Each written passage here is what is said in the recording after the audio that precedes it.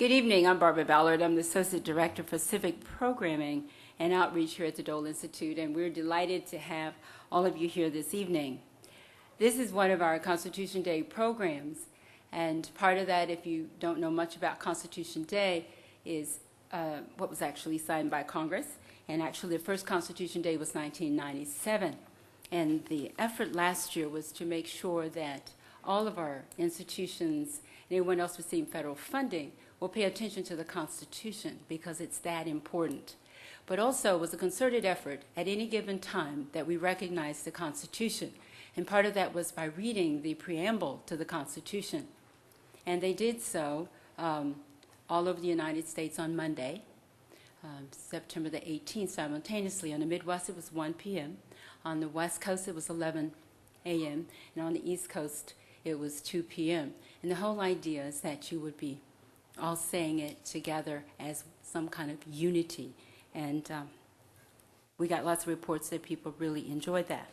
I also would just like to say to you, just briefly before we go into anything else, that if you look on the back of your program, you will notice some of our upcoming programs. And those you can see, and I will not read for you, but one that I would like to bring to your attention that we don't have there is October the 17th.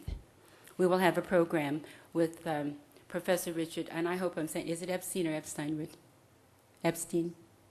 Okay. Professor Richard Epstein is coming on October the 17th, and he's from the University of Chicago. And he's a well-known, really well-known conservative legal scholar. And his topic is very timely, especially for what we've been going through in the legislature in Kansas, walking the line, when and how should courts override legislatures. So you may want to put that down for October the 17th. And please note the rest of our programs. October the 5th with Leonard Pitts by the School of Journalism and English, and also sponsored by us, is really a sellout. So if you want to take your chances, please come that evening on October the 5th. We might have some additional tickets as well. The Constitution, as I said before, is extremely important. And this evening we're going to do our part to recognize that as well. This year one of the themes was to honor our armed services, to honor all of them. And basically this Constitution Day celebration is dedicated to our men and women in the United States military, our great warriors who put their very lives at risk to protect and defend the constitutional guarantees and the very freedoms we are celebrating. May God bless them and keep them safe, and we salute them. So at this time, I would ask all of you to either look on your program or at the screen overhead and recite the preamble to the Constitution in honor of Constitution Day. Okay? I will start it by saying and follow, we, the people of the United States, in order to form a perfect union, establish justice, ensure domestic tranquility, provide for the common defense, promote the general welfare, and secure the blessings of liberty to ourselves and our posterity, do ordain and establish this Constitution for the United States of America. Would you please ring the bells for freedom?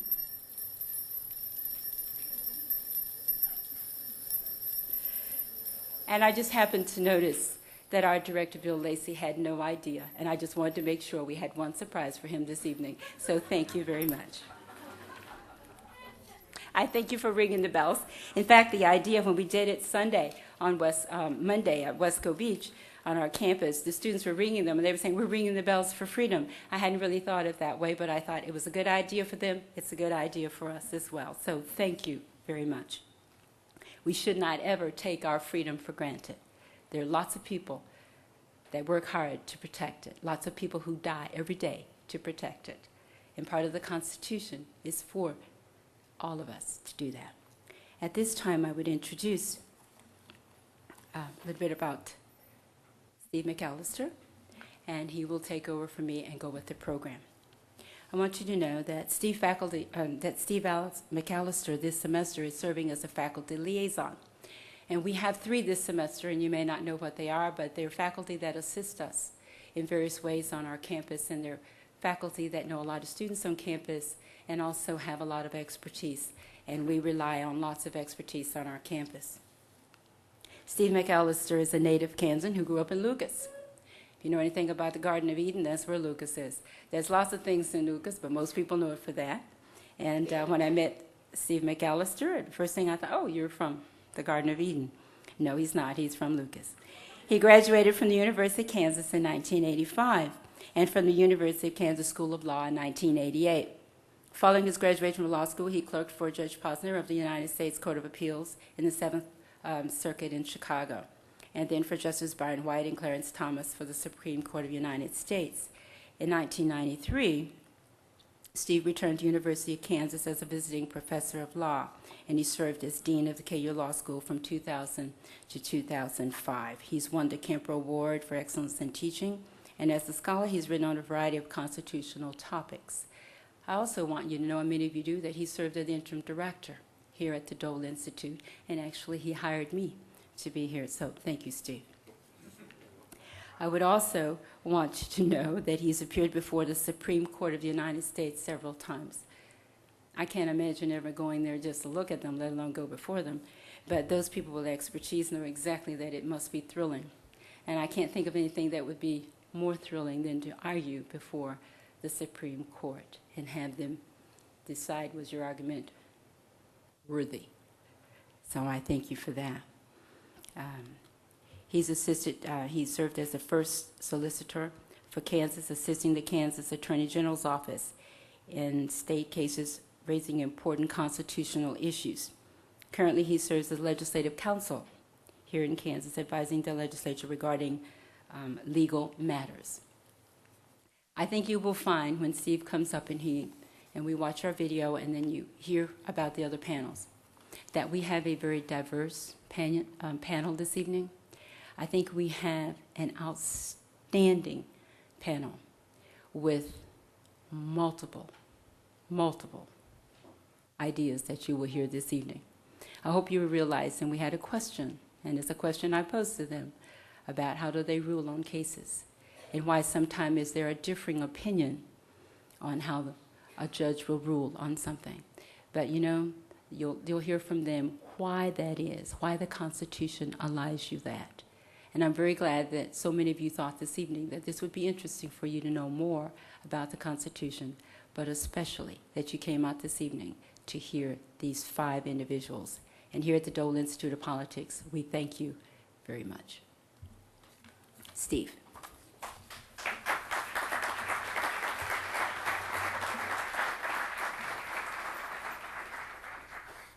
Thank you, Barbara. I'll keep my first bit here pretty short. I'll lay out the program for you. What we're going to do is I'm going to talk in just a minute about a video that we're going to show you. It's very new, I think very timely and very good, and it will take about 25 or 30 minutes. Then we will bring the panelists up here. They'll each speak for a few moments, highlighting some of their ideas and thoughts about the general topic of judicial independence, a very important topic. And then we'll be open for questions from the floor. So be thinking of your questions as you watch the video and as you listen to the panelists. And Barbara's absolutely right. When I introduce them, you'll see they are both an outstanding group, and a group with certainly more than one idea about things, including the Constitution. To me, every day is Constitution Day. I'm a con law teacher, so I would celebrate it and in some ways do all year long. This is a time we do it specially because of federal legislation in part. But the video we're going to watch tonight was put together earlier this year, really at the urging primarily of now retired Justice Sandra Day O'Connor. Justice O'Connor's retired but hardly inactive. I mean, she's busy and doing lots of things. She decided to tackle the issue of judicial independence and try to promote it as part of Constitution Day this year at law schools across the country. And this week, something like 150 law schools or more, which is most of them in the United States, have had programs on the topic of judicial independence. So she recruited Justice Stephen Breyer and Justice Anthony Kennedy to join her. And this video is a discussion they have with a group of students about all sorts of things relating to the role of courts, the way judges are selected, how the Constitution deals with judges, and what judicial independence means and why it's important. So when you watch this, which will be just a moment, I'm almost finished here, you'll see they're sitting in one of the ceremonial conference rooms at the Supreme Court. It's called a conference room, but no conferences, some conferences, but no conferences of the justices take place there. They're used for other meetings. They have portraits of the Chief Justices from all of the court's history around the room. They're very elaborate, beautiful rooms. You'll see the three of them seated in the front, facing the group of students. And just in case you're not familiar with them by face, because many people aren't, they are not on TV, so you don't see them that way typically. Justice Breyer will be sitting on the left. He was appointed by President Clinton. Justice O'Connor in the middle was appointed by President Reagan, and Justice Kennedy is on her right, also appointed by President Reagan. So with that, I think we'll turn to the video and then bring the panelists up here and move on with the program. So video, please.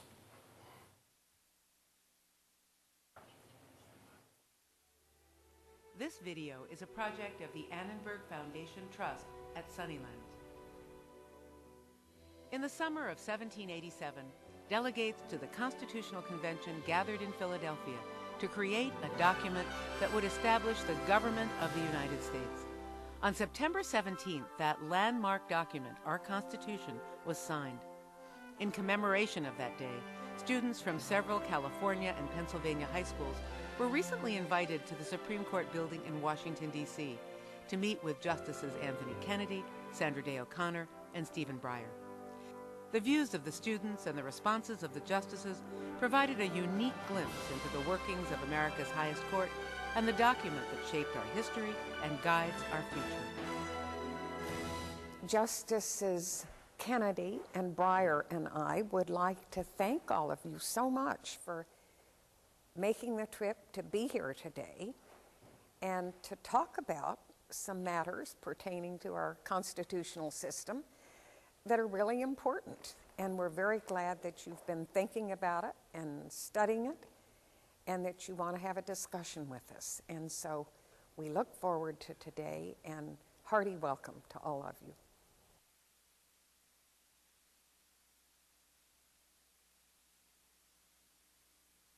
My question is, do Supreme Court justices play a different judicial role than, say, lower federal court judges or state court judges? Basically, as you already know, the Supreme Court is at the top of the ladder when it comes to filing appeals. And so a decision of this court cannot be appealed to a higher court. In a large sense, they're the same. Their oath is the same, the method is the same, the authorities that they refer to, the sources of law that they refer to are the same. And their ultimate function is the same, and that is to convince the litigants that they've had a fair hearing, to resolve the case according to the law so that in the long term people will give it allegiance and loyalty.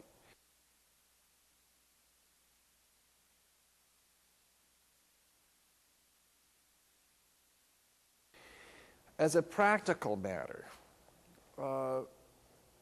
this court, I think, is different in that we don't take cases until other courts are in disagreement about it, and we have to be especially careful to follow our formalities and our traditions, because we know going in that the public and the courts are divided on the cases. Maybe I haven't quite captured that's true. it, I think part of what we do is the same as what other courts do, is we'll interpret statutes or we'll decide legal cases, and they do that in state courts and they do it in lower federal courts. And we have the last word, but that doesn't always mean the best word.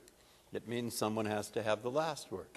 But there is one thing that I think is different, and the different thing is this, that we have a special job, different from the lower courts and different from the state courts, in that we have lots and lots of cases interpreting the Constitution of the United States.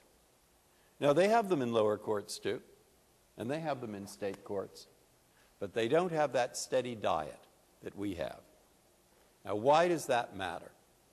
I think it matters because after a while, each of us, anyone in our job, has to form a view of what this document, the Constitution of the United States, is really about. And I suspect if you ask the three of us and you ask the other members of the court, even though we disagree on a lot of things, they won't disagree about the basic nature of that document. And when I try to describe it, particularly people like you who know something about it, you obviously do know something about it. You say, well, what's at the heart of it? At the heart of it, we think, are institutions through which the ordinary citizen of the United States can express his will. What does he or she want in his community? It's called a law, a statute, a rule for living together. And we have a system in that Constitution where people do that democratically.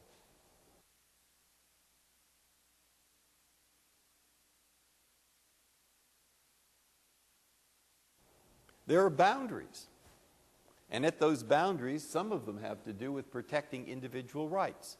You can't go too far, even democratically, because we're trying to protect those basic rights from tyranny. We insist on a degree of equality. We insist in this Constitution upon a rule of law. People have to follow it. And the Constitution insists on a division of power between state governments and federal governments and among three branches of the federal government. Now, those things, in a sense, are qualifications. They describe those boundaries of a democratic process. But I think when you go into it, you'll say, basically, that's what this Constitution basically does. And what do? I think of us as the boundary patrol. We're patrolling the boundary. When we patrol the boundary, we say whether someone else, like Congress or the President or others in the state, so forth, when they went too far. But it's one thing to patrol the boundary, and it's another thing to fill up the middle. And filling up the middle is the job of the democratic process. That's the job of you, that's the job of your parents, that's the job of your citizen, every citizen, your friends, and so forth. And that's what the Constitution sets up.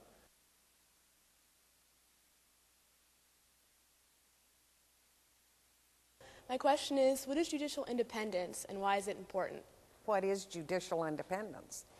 And that's not a very good term for today's world. I don't think most people have an immediate concept of what that means. Does it mean a judge is absolutely free to decide any issue based on the judge's own whim or desire? It does not mean that. And when the framers of the Constitution envisioned three branches of government and created a judicial branch, they went to great effort to make sure that each branch was independent of the other two in various ways. And when it came to the judicial branch, I think what the framers intended was that the judicial branch could operate and carry out its duties to interpret the Constitution and laws of the United States in ways that are fair and impartial and that follow the Constitution and laws, but without threat of retaliation against the judges if the other two branches of government somehow disagreed or were unhappy. That's what I think it's all about.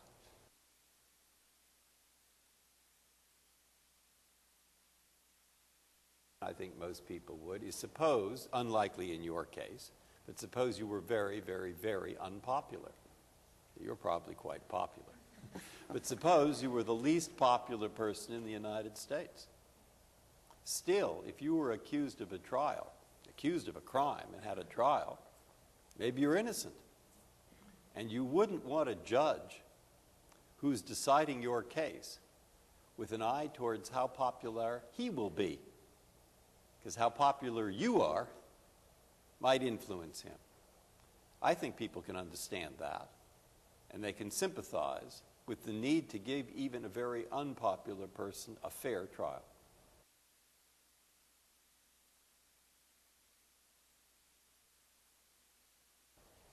Why should we, the judges, make a decision about the meaning of an important law, say freedom of speech or equal protection of the laws? Who's to say that the three of us are any more honest or can do it any better than a politician? Now, that doesn't have an obvious answer, but it does have an answer. I think the answer is that if you go back and look at what the Constitution is trying to do, part of what it's trying to do is to prevent a majority from tyrannizing a minority. Now, we have some pretty bad examples of that in our history. What about slavery? What about 80 years of legal segregation? What about running in and stopping people who are unpopular from speaking out against a war? There are many bad examples. And the notion of creating an independent judge who's independent because he isn't, or she isn't, responsive to the voters is one way of hoping that we'll be able to protect the rights of minorities that are guaranteed under the Constitution. It's only an experiment.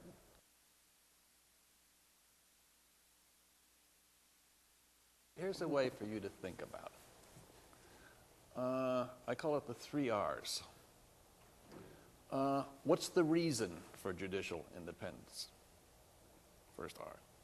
Second, what are the requirements or the requisites for it? How do you structure it? 3, what are the responsibilities that it entails? The responsibilities of the judges, the responsibilities of the other branches, the responsibilities of the people. And I think we can begin with what is the reason for it. Why do you have it anyway?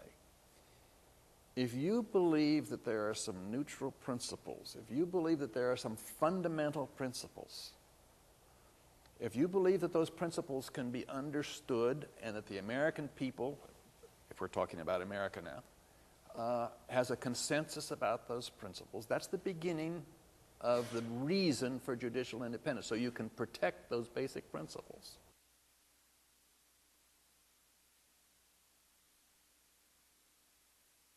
Look at the case of Brown versus Board of Education, where it was decided that the earlier court precedents were wrong and that the Equal Protection Clause is violated when a state segregates its public schools on the basis of race. Now, this was a very big decision because there were many areas of this country where racial segregation was used in public schools.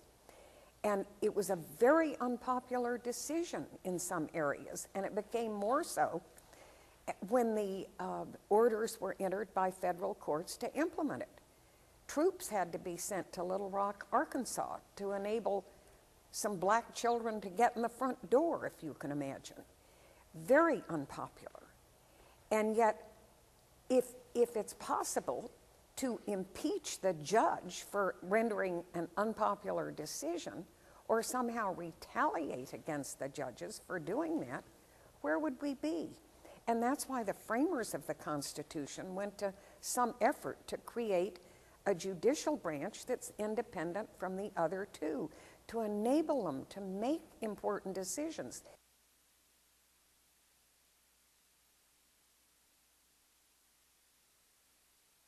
I think the law is a check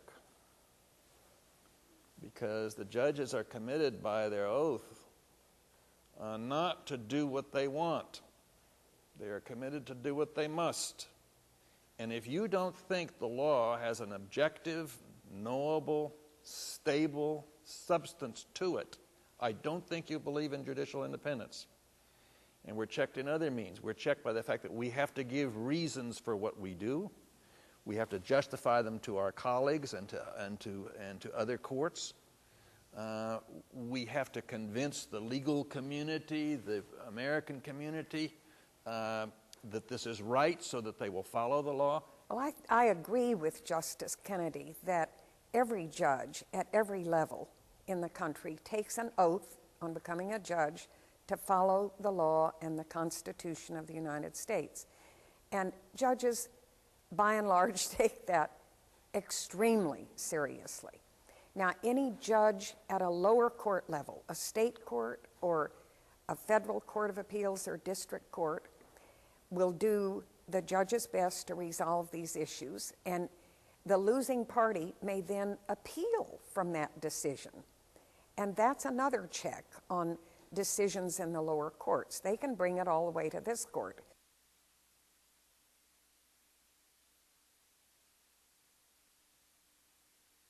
My question is, what are the most important ways in which judicial independence is protected by the Constitution? And the Constitution only has two, really directly. It says, you'll appoint a federal judge for life. That was Jefferson's complaint. Actually, it says for good behavior. All right, but right? Well, that may be a problem. but Jefferson complained. He said, well, the trouble with the Supreme Court is that they never retire and they rarely die. So there we are. But that's one guarantee, and the other says as a compensation shall not be diminished. Well, Congress has figured a way around that one. They just let the inflation diminish it, and then they don't keep you up. So it's the same thing. That hasn't been too much of a check. So independence,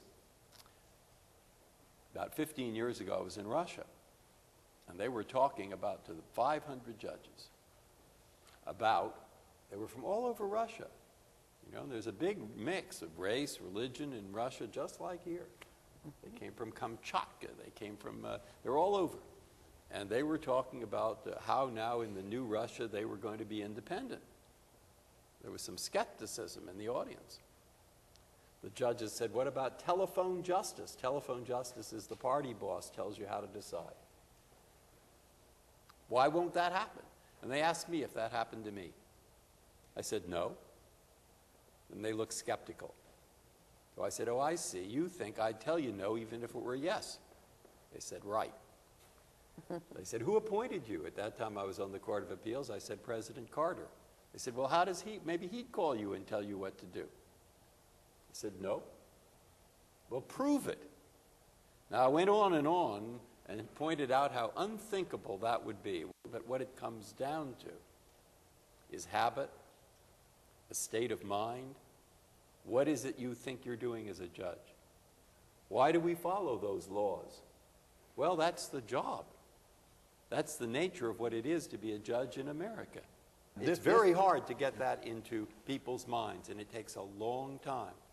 But it's a very, very powerful force on keeping people independent and making certain that the judges follow the law.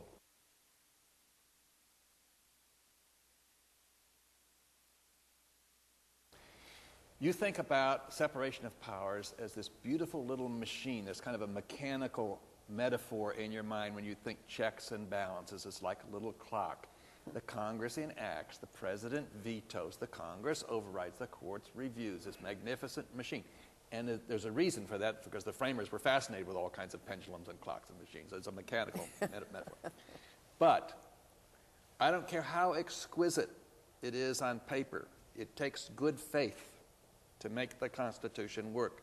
There must be a willingness on the part of each branch of the government to recognize the prerogatives and the competence and the responsibilities of the other. The Constitution is not automatic. It doesn't go on automatic pilot. It runs because you believe in it, because you understand it, because you support it, because you want it. That's the only thing that makes it work. There are constitutions all over the world, some of which are more eloquent than ours. They're not worth the paper they're written on, because the people don't believe in them. They don't care about it. And perhaps because some other nations don't have an independent judiciary to enforce the Constitution, which has been a great gift to this nation, I think.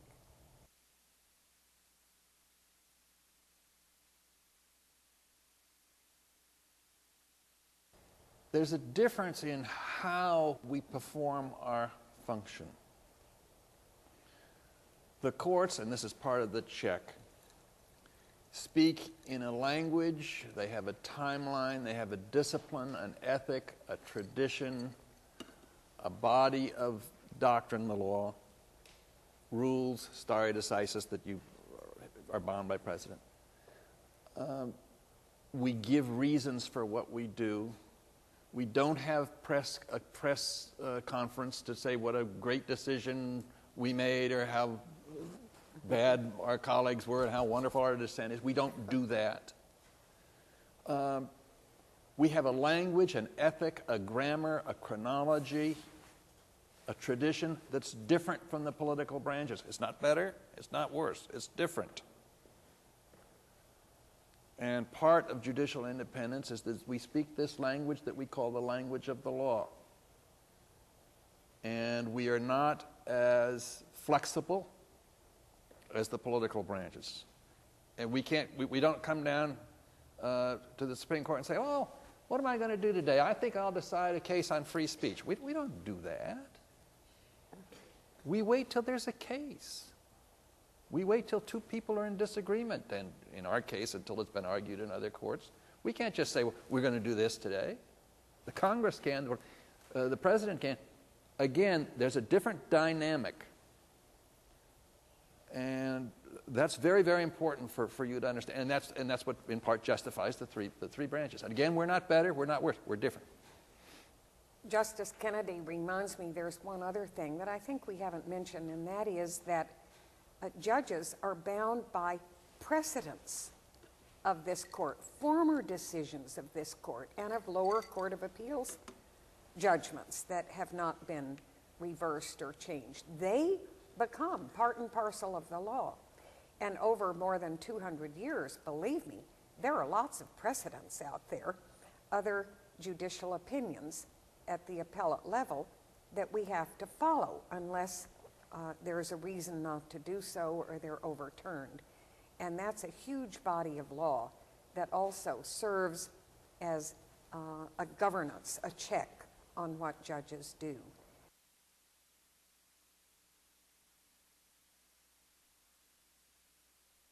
Does the selection of judges by a politician or a merit board make for a more balanced and less biased judiciary than if they were, say, directly elected by the people?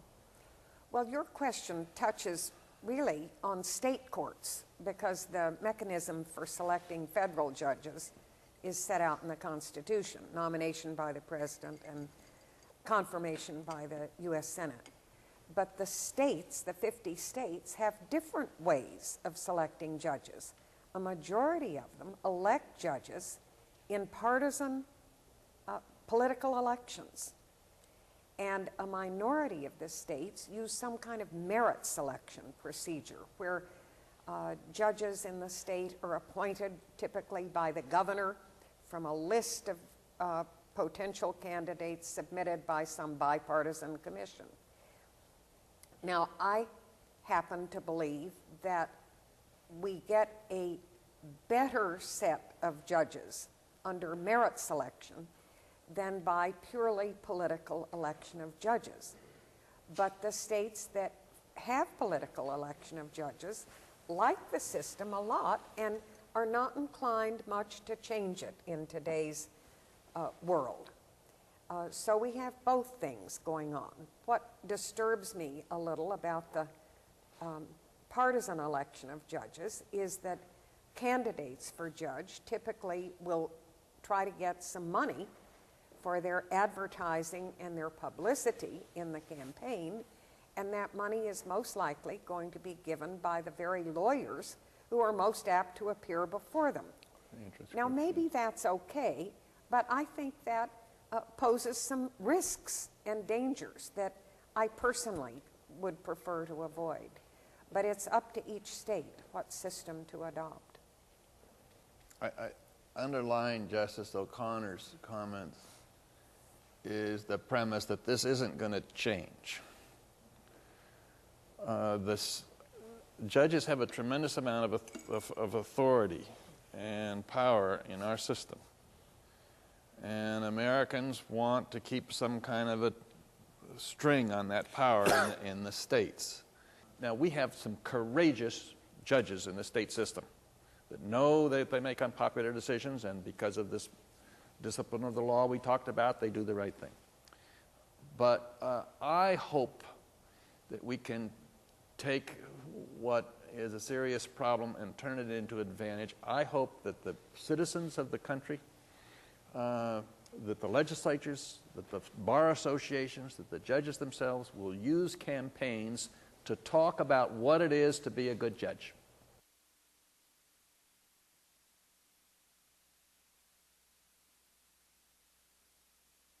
Now, considering the two cases, Georgia versus Cherokee Nation and Aaron versus Cooper, now, in those two cases, in the former, President Jackson defied the court, but in the latter, Eisenhower supported the court's decision to integrate schools. What accounts for this change, and what, if anything, would this teach us about the rule of law and an independent judiciary? You're quite right. In the 1830s, the court said that the land in Georgia belongs to the Cherokee Indians. It was their reservation. And as you said, President Jackson said, well, John Marshall, the Chief Justice, made his decision, let him enforce it. And he sent troops, and they evicted the Indians, and they sent them to Oklahoma, where their descendants live to this day. Those who survived, many died. And you're also correct that after Brown versus Board, the court said you cannot have segregated schools. And the governor of Arkansas said, I will. And he stood there with the state troopers, and all 9 judges signed the Supreme Court opinion. Well, you could have had 9,000. So what? He had the troops. So it was President Eisenhower who sent the paratroopers, who took the black children by the hand and walked into that white school. And the governor was stuck there because he didn't have the army. But Eisenhower did it, and he deserves credit for that. And what do you think about Bush v. Gore? What do you think about school prayer? What do you think about abortion? You think those aren't controversial? They sure are. And yet there are no people in the streets, and there were no troops called out. Now, what accounts for that? That's your question. I do know we fought a civil war on the question of whether you had to follow the law. I do know we went through 80 years of segregation, pretty bad experience. I do know the country's had its ups and downs. And gradually, I think people have come to understand that the rule of law is necessary.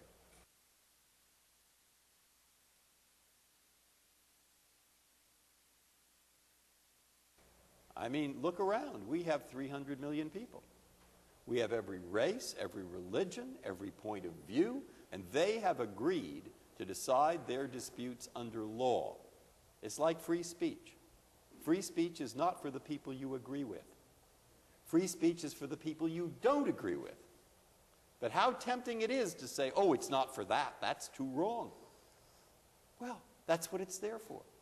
And similarly, a rule of law is there to bring us together when we don't agree. It's there even to enforce the wrong things. So you say, what's the answer? How did we get there? And I have to tell you, I have no magic answer. You and I are the beneficiaries of what other people have done. You and I are the beneficiaries of the brave children who walked into that school in Arkansas and the president who sent the paratroopers to help them.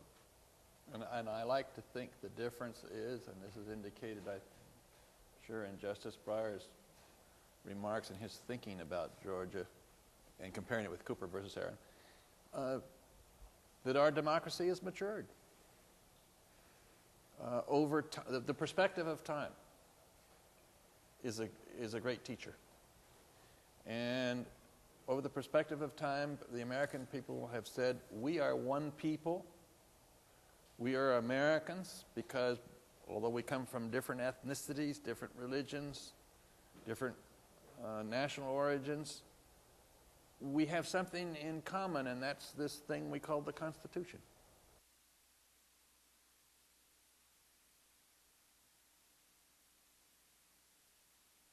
We do know that the rule of law offers the greatest opportunity we have to live in peace with each other and with the rest of the world.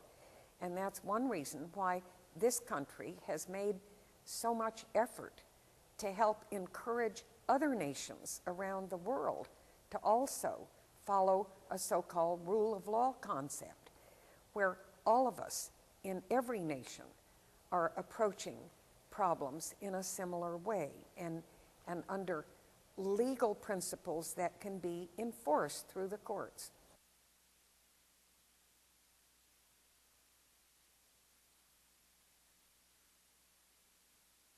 What do you think the greatest threat to an independent judicial branch is in this country at the moment? I think the greatest threat is citizens who are unaware of what judges do or why they should be independent, the nature of the Constitution. If people are aware of the job, they're likely to protect it. I think polls of public opinion recently indicate that there is a profound lack of information about our system of government in our country and about the three branches and the checks and balances, and even about what it is judges do. And so I think absence of knowledge in the public about what it is our system is and what judges do is a pretty big threat at bottom, because people need to know and understand. But there are more specific threats at present. There are all kinds of allegations of judicial activism and a judiciary run amok, I think, is one turn of phrase I've heard. And the result has been a number of proposals in Congress to do various things, such as remove jurisdiction of the federal courts from certain types of cases, efforts to reduce funding for the courts in an effort to somehow punish judges for decisions that the members of Congress sponsoring it don't like. The establishment of perhaps an inspector general to review judicial behavior and see if there's something that needs to be brought to public attention. There are many proposals, and for impeachment for certain acts. So this is an area of concern today, and one which makes me even more anxious that the public know and understand what the system is and what it is judges do and what governs judicial decision-making.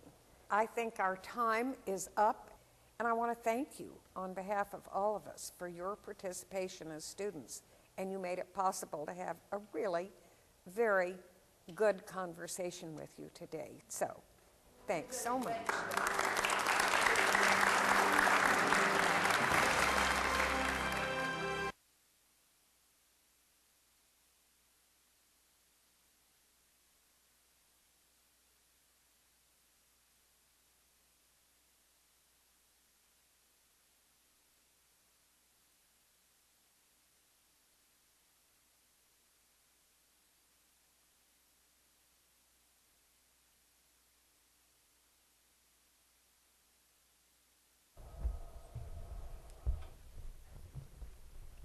And now for the second phase of the program, we will have remarks by the panelists, and then for the third phase, question and answer with the audience. I'm going to keep the introductions very brief and just hit a few points for each individual. You have programs which have fairly extensive biographical information, and suffice it to say, they are all stellar by any measure. But I'm going to start at the far end of the table, Professor Kris Kobach from the UMKC Law School, where he is the Daniel L. Brenner UMKC Scholar and Professor of Law. Kris teaches constitutional law, immigration law, American legal history, and legislation. And following his graduation from law school, he actually clerked for then Judge, but now Chief Judge Taha. He has been on the UMKC faculty for about 10 years, although he took a leave in 2001 to go be a White House fellow and worked in the Department of Justice with Attorney General Ashcroft, and then remained in Washington a while longer working for the Attorney General, and has come back to UMKC and is in this area now. Beside Kris is Chief Judge Deanell Taha. She also was a White House fellow working for Secretary of Labor. I won't say when, but some time ago. Long time ago. And I know from my job, she was on the University of Kansas School of Law faculty for many years, became Vice Chancellor for Academic Affairs at the university, has received about every award that KU can bestow on anyone. She's been a member of the U.S. Sentencing Commission and has been on the federal bench. She was nominated in 1985, so now over 20 years. And became the Chief Judge of the 10th Circuit in 2001. Next is Justice Eric Rosen, who sits currently as the newest member of the Kansas Supreme Court, but is no stranger to the bench. For many years prior to his appointment to the court, he was a trial judge in Shawnee County, Kansas, and prior to that, he worked for the Kansas Securities Commissioner as an assistant district attorney and as an assistant public defender, so he's really seen all sides of things. And he also was a school social worker previously as well, so he has a wealth and variety of experience. He also has received many awards in the state of Kansas for his work as a judge, and we're very pleased to have him with us this evening. And then lastly, but not leastly, Derek Schmidt, Kansas State Senator representing the 15th District. He is the majority leader of the Republican caucus in the Kansas Senate, serves on a variety of committees, is very active, has been involved in several recently enacted laws, including those to curb methamphetamine production, laws on food safety regulation, laws to repeal the Kansas inheritance and estate taxes, and to strengthen private property rights. Derek worked for Governor Bill Graves prior to being elected to the Senate. He's also worked in the Attorney General's office in the Consumer Protection Division. And prior to that, he worked 5 years for Senator Nancy Kassebaum and a couple years for Senator Chuck Hagel from Nebraska. So he brings a wealth of experience, and I also find it worth noting perhaps that our four panelists represent the education of four different law schools, for what that's worth. So we have Yale, Michigan, Washburn, and Georgetown represented up here on our panel. I guess if you throw me in, then you've got KU as well.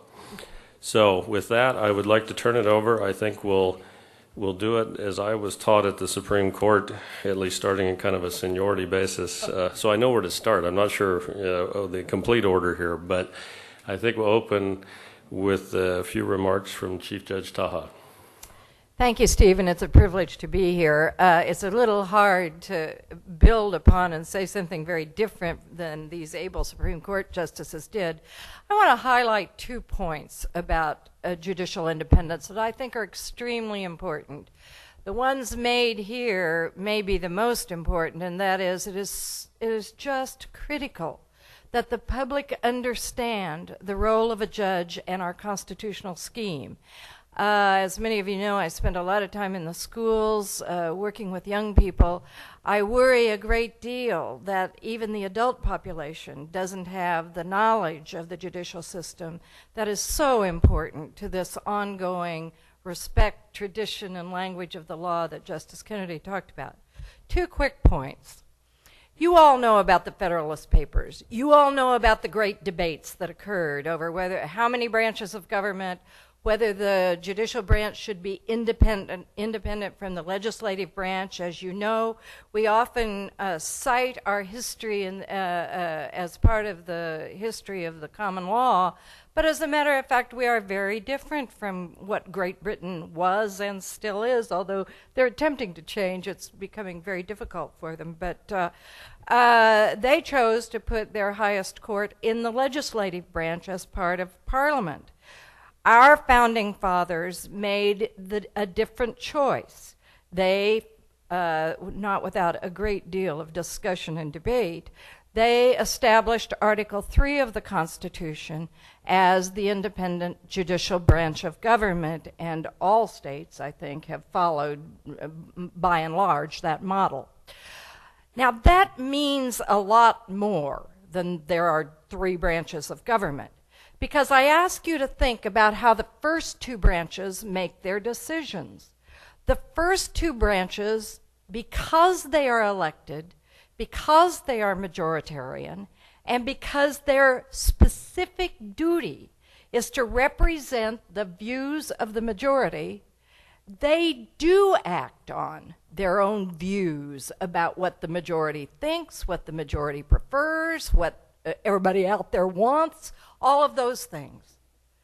My best way of describing what the 3rd branch of government is that it is exactly the opposite. And it is a very different check and balance than what you normally think of. Those, Article 1 and Article 2, the elected branches of government, are the representatives of the majority. But think about the role of the Constitution, and in particular the Bill of Rights, but it is really the whole Constitution, is a restraining document. It is a document to restrain what government can do to individuals. Somebody has to be the restraint. So the third branch of government is, by design, non-majoritarian. It is to represent those decisions that have to be made that are non-majoritarian. They are those that protect the restraining function of the Constitution. Now, that is very obvious in the Bill of Rights, the first 10 amendments, but it is also obvious in many ways in the organic document of the Constitution. The Congress has to have the commerce powers to enable it to act.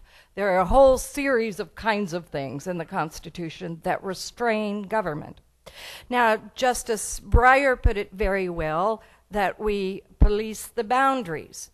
We police the boundaries in so many ways, and they are not always and frequently are not very popular ways, because we in the judiciary are carrying out that restraining function of making sure that each branch does what it's supposed to do, that federal versus state does what it's supposed to do, and most importantly, and think back to, I'm listening to a book on tape now about the Revolutionary period, and it's high on my mind. We didn't become an independent nation because we wanted a bigger government. We became an independent nation because we wanted some very important restraints on the powers of whether it was the state or the federal government. That is the job of the judicial branch. That's point number one. Point number two is a much more personal one. And it was made by all three justices in different ways. Judges do not make their decisions on their personal viewpoints. They make them based on an oath that they take to follow the laws and the Constitution. Let me relate it to my previous point. And that is, the other two branches, and some days I'd really love this, get to make it depending on what they think everybody would like out there. The law is a discipline, and it is a discipline that so constrains the job of a judge that we find the decisions nowhere in our personal opinions. But we look to the precedent, we look to the law, we look to the Constitution. You'll find differences among judges, whether they look to the legislative history, or big debate these days, whether you look to international law at all. There are a whole lot of sort of extraneous debates going on. But the reason those marginal debates are going on is because no judge decides on his or her either personal opinion or view about what everybody out there wants. We take our oaths so seriously.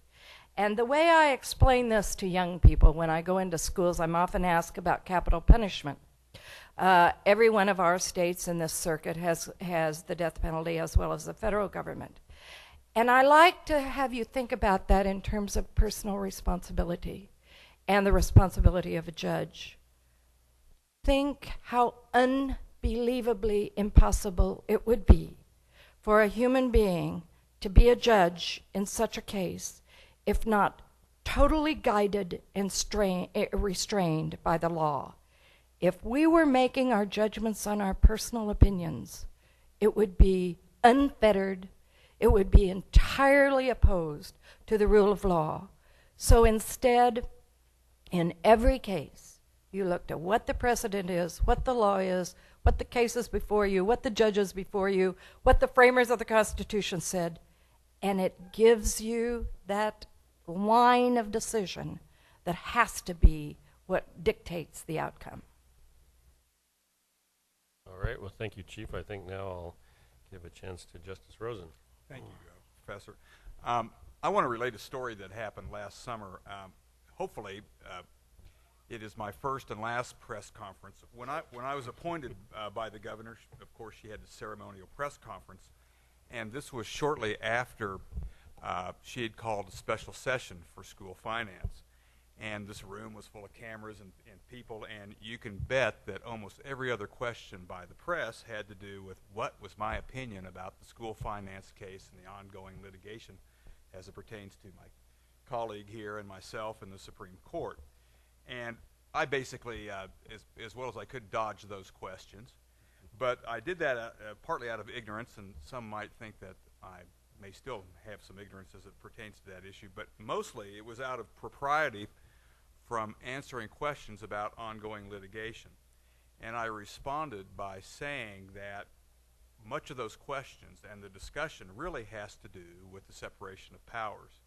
And I would welcome such discussion as long as it is respectful and conducted in a high-minded fashion. So, Professor McAllister, I want to thank you for having this forum, because this is what this is. This is a discussion about judicial independence in an environment that promotes dialogue and hopefully educates the public about the respective roles of the branches of government. So thank you very much. As I was preparing remarks for today, I saw a quote by one of the justices, and that was included in the film, and it said this: "The law makes a promise, neutrality. If the promise gets broken, the law as we know it ceases to exist." And that was from Justice Kennedy. Last week, one of the great things about being a Supreme Court justice is I get a chance to swear in new judges whenever the occasion happens. And I did happen to do that last Friday. And one of the judges that was sworn in was a former Assistant Attorney General, and former Attorney General Robert Stephan introduced him and spoke on his behalf. And he said something I thought rather profound. He reminded us all that was present that there's no more important role in society than that of a judge. And he said this: "There's no other political or civil entity that can decide the issue of life and death, financial compensation of a litigant, the severing of a marital or a parental relationship, the freedom or imprisonment of individuals, and the protection of liberty guaranteed by the Constitution. The judge is vested with the sacred trust to do justice, but to temper that justice with mercy." And the topic tonight is judicial independence. And to me, and as I just think about it in a very basic level, judicial independence means that judges are free to decide cases fairly and impartially, relying only on the facts before that judge and the law and the Constitution. It means that judges are protected from political pressure, protected from legislative pressure, media pressure, public pressure, financial pressure, and even our own personal pressure.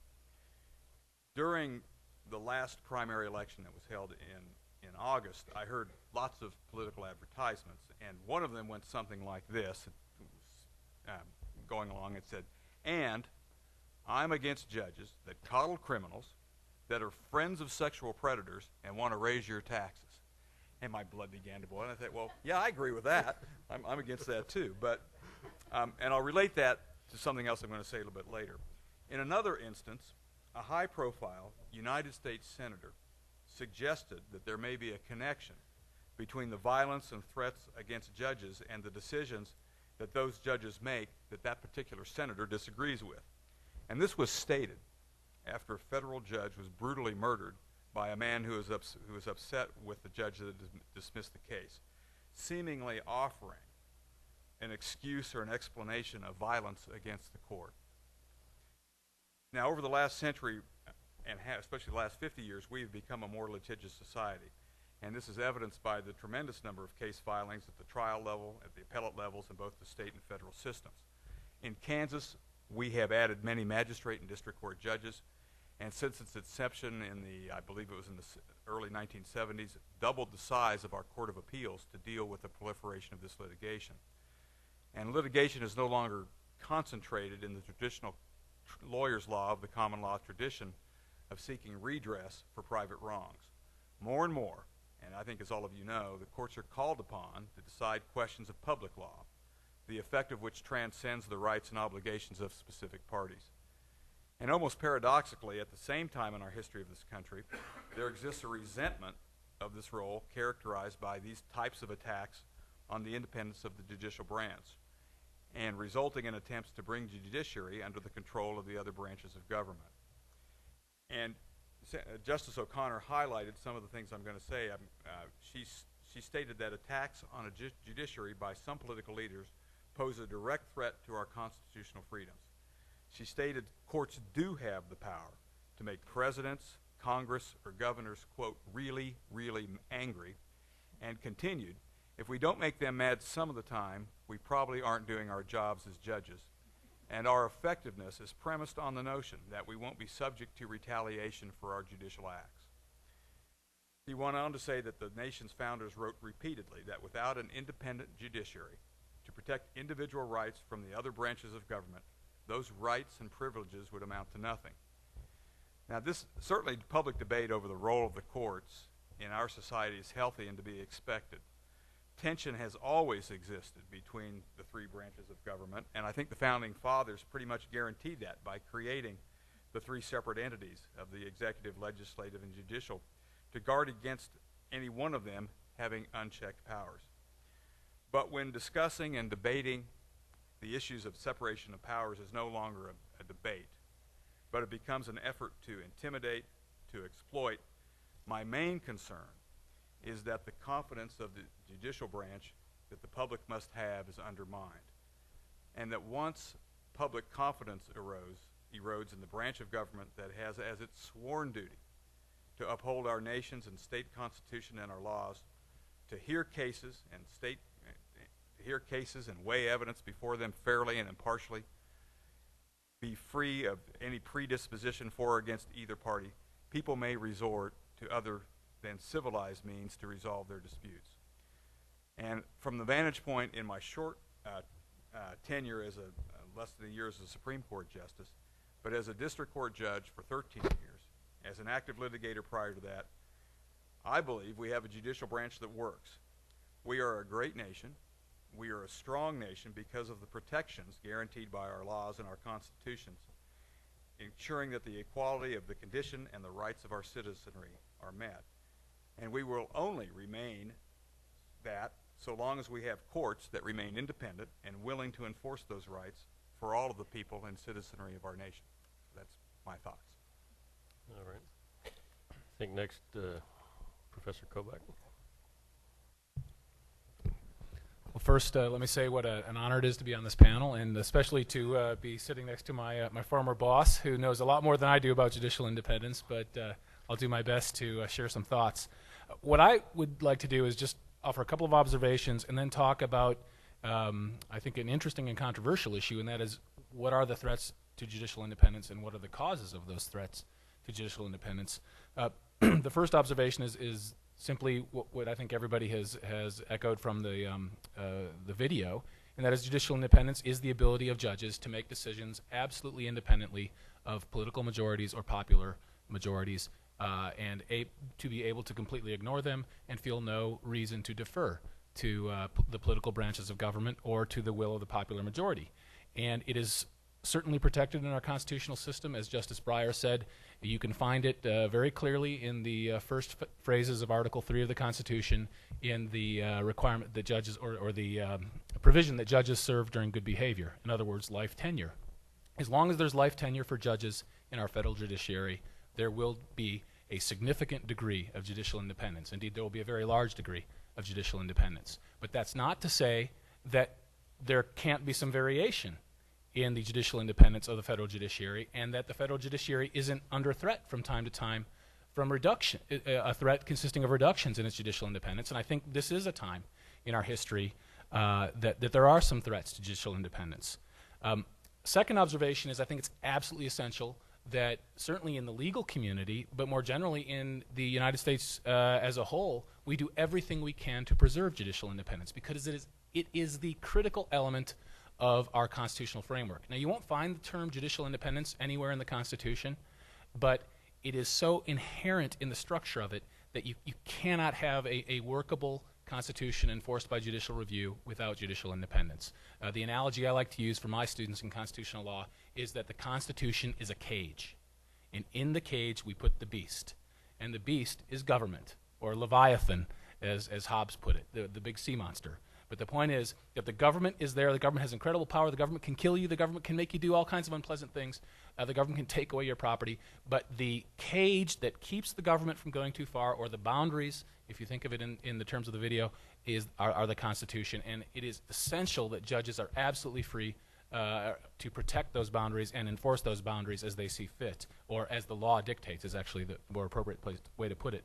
But what about these threats to judicial independence? Justice O'Connor made a comment on the film, and I want to disagree with her slightly. She was asked to characterize where does the threat to judicial independence come from, and she said public ignorance. Well, yes, certainly public ignorance makes it easier to erode judicial independence, but that is not the source. The public doesn't, because it doesn't know a whole lot about judicial independence, suddenly decide that it's time to go reduce judicial independence.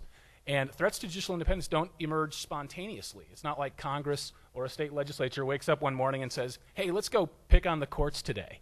I'm feeling in an anti-judge mood, and let's go do something to reduce their independence. They don't. They've got much more on their plate.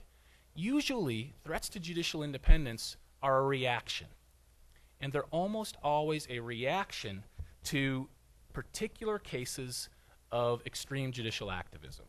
And judicial activism is a term that people fight over and disagree with, but particular cases that for some reason stir the political branches out of their normal complacency on this issue, or stir the public, in some cases, out of their normal, half one eye watching the TV, one eye watching the kids and hearing about some decision, and stir the public to be angry for some reason at the courts. But before I say more, let me just quickly define what judicial activism is. Judicial activism is not overturning laws. Overturning laws is judicial review, and that's the job of a court to do when it's appropriate. Judicial activism, and I pulled my definition out of Black's Law Dictionary, so no one could accuse me of manufacturing my own. Judicial activism is where a judge feels free to step outside of his judicial role and to add to the law or add to the Constitution in order to make it better. An activist judge sees himself as improving the law, but nevertheless steps into a sort of quasi-judicial role. In contrast, the opposite would be a judge who practices judicial restraint.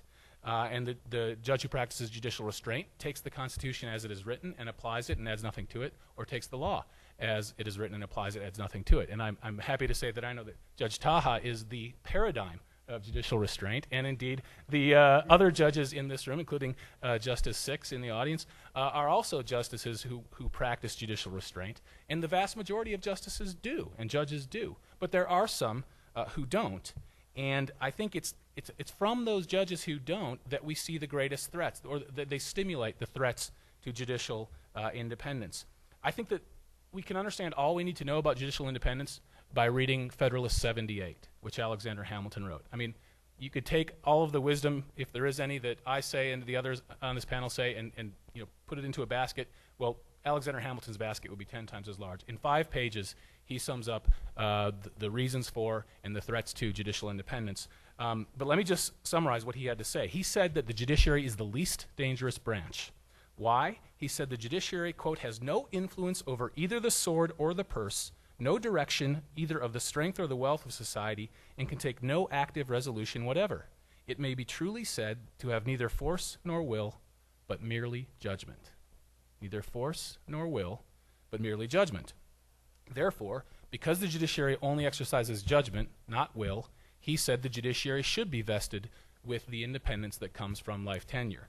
However, he cautioned in Federalist 78 that if a court strayed from its limits and began to exercise political will, quote, instead of judgment, the consequences would be the substitution of their pleasure to that of the legislative body, end quote. And then he went on and said that this unification of legislative action with judicial power would mean that there is no liberty if the power of judging be not separated from the legislative power.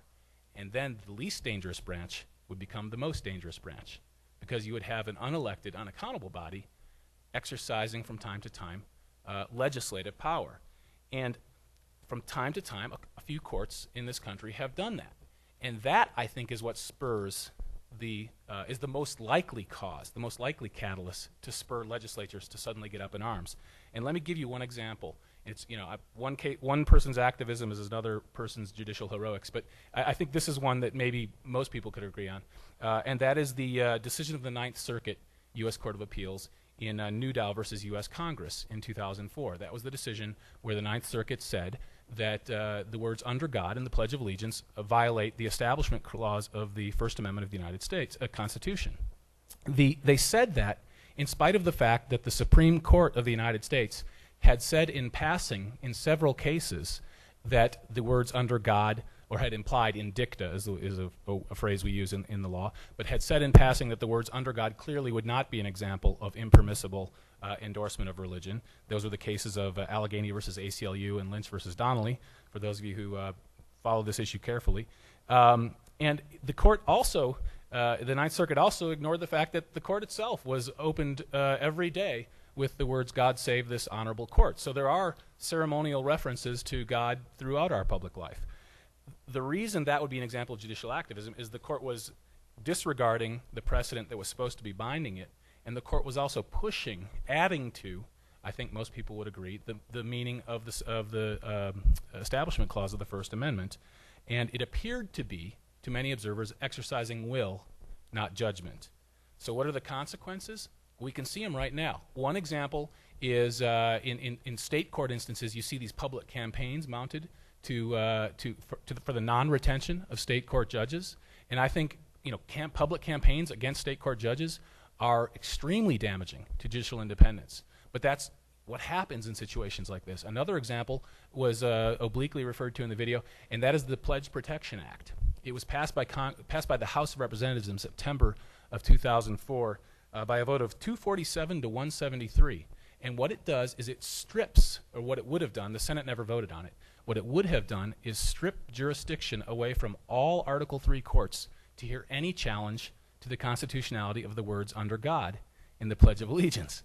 Now that jurisdiction stripping power has amazing scope. It's used very infrequently in our country's history. But the fact that that one house of Congress actually passed a law to strip jurisdiction from the courts, that had lawyers' heads spinning across the country. And that was extraordinary, and it was a direct reaction to the Newdow decision. And then one more example before I wrap up, and this one is truly amazing. I don't know how many of you follow South Dakota politics, but on the ballot this November in South Dakota is the so-called Judicial Accountability Initiative Law, which has the charming acronym JAIL, which would strip state court judges of their immunity from suit for actions that they take in their official capacity as judges. And not only that, it would create special grand juries to review decisions and actions of state court judges, and would have the authority of removing judges from office if they disregarded the law, whatever that means. I mean, this is an astonishing proposition that's on the ballot, and I suppose could theoretically pass, but it would be incredibly damaging to judicial independence. But again, my point being that I think courts are not passive maidens tied to the track and by some nefarious Congress. Courts are active players in the three branches of government, and when courts they sometimes bring it upon themselves. And one way to put it would be this: courts are secure in independence from political pressure only to the extent that courts are willing to reach judicial decisions independent of their own political preferences. So the responsibility for preserving judicial independence lies with all three branches, but I think it lies most especially with the courts themselves, because there is no check on the court when the court has final word. Thank you. And Senator Schmidt. Well, thank you, Steve. Thanks to all of you for coming tonight. I wanted to share a story and then offer a couple of thoughts that I think maybe fit into either holes in the excellent framework that's been built so far, or perhaps underscore points that have already been made. And then I believe the next stage on the program is to go to interaction and discussion with all of you, so we'll get to that as promptly as possible. But as Justice Rosen was sharing his story from last summer with respect to the press conference he described, it reminded me of a story that I believe came out of a year ago this last spring.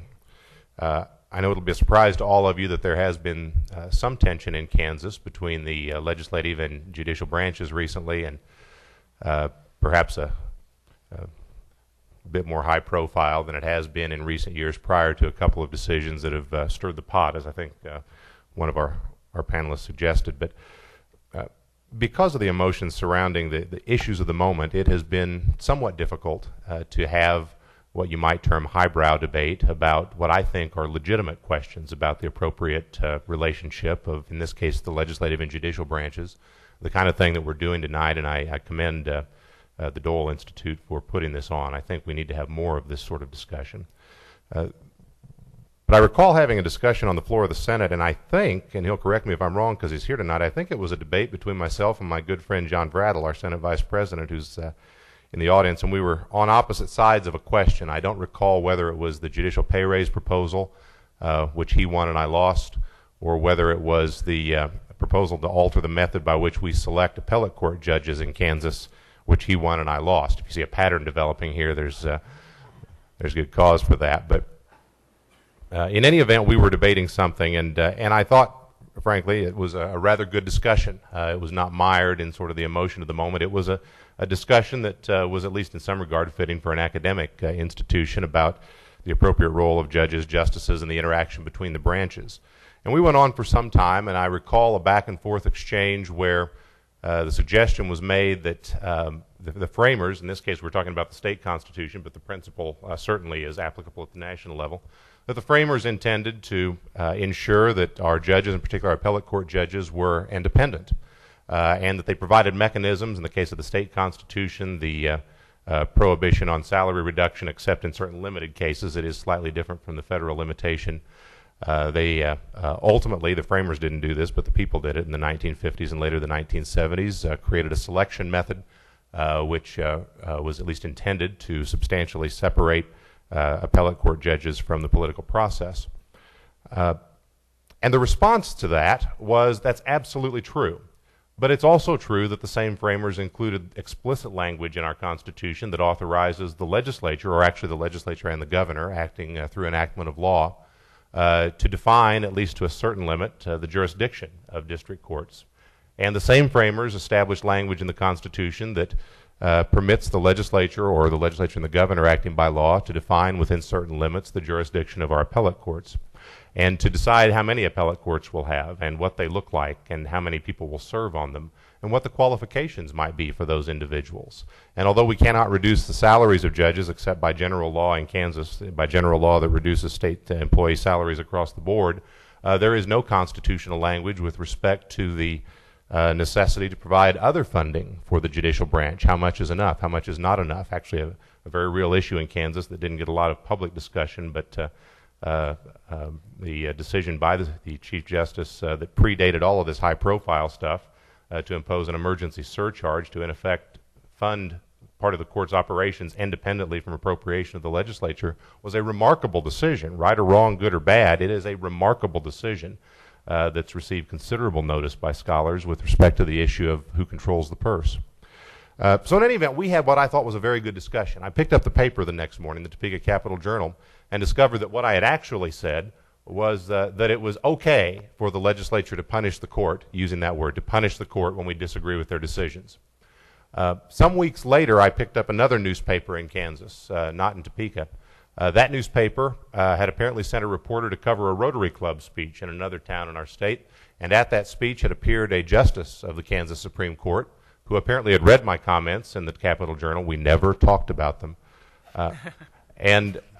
And had gone forth to talk at great length, apparently, in this Rotary Club speech, at least if you can believe the news coverage of it, about how this wrong-headed idea of punishment of the judiciary for unpopular decisions had apparently taken root in our state, and was evidence that things were amiss and awry, and we apparently just didn't understand the appropriate role of courts.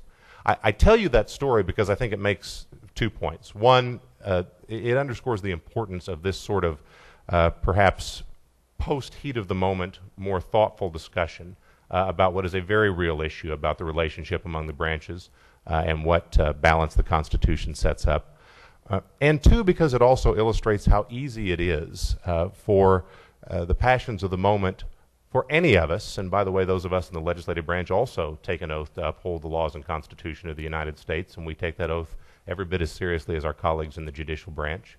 For any of us, regardless of what public office we may serve in, to be carried away from time to time by the passions to act on incomplete information, or to perhaps perceive that there is a conflict that is greater than it in fact is. With that story, let me make just a couple of points that I think supplement what's been said already, and then we'll go to interaction and discussion. I wanted to focus in this area in particular, following Professor Kobach's remarks about what are the threats to judicial independence. As I thought about that in preparation for tonight, it seemed to me that you could break them fairly easily into two categories. The first is the one that we always think of and we always talk about. The latter, in my judgment at least, is the one we probably need to be more concerned about, at least at this point in our history and at least at this point in Kansas state history. The first category is a threat to judicial independence fostered by encroachment by other branches of government. If you go to the Bar Association meetings and visit with my friends and colleagues in the bar about judicial independence, and you ask them what is the greatest threat to judicial independence, they will invariably, as a group, there are exceptions of course, but as a group they will invariably come around to talking about the legislature not being willing to follow judicial decisions. They might, if they are thinking big thoughts at the time, go all the way back to the Andrew Jackson point that Justice Breyer referenced in the film. That is to say, the famous case where the president simply said, "I'm not going to follow Justice Marshall's decision." They are often inclined to point to President Eisenhower's decision to use the executive power to enforce the Brown and its progeny decisions at Little Rock. And then they'll bring it to whatever the case of the moment has to be. But their point, of course, is that the real threat to judicial independence is the inappropriate actions by other branches of government. Perhaps. But I would suggest that that is the least dangerous threat to judicial independence, because the Constitution's framers contemplated that that was going to happen, and they built in checks and balances, and they gave powers and the power of reaction and response to the different branches.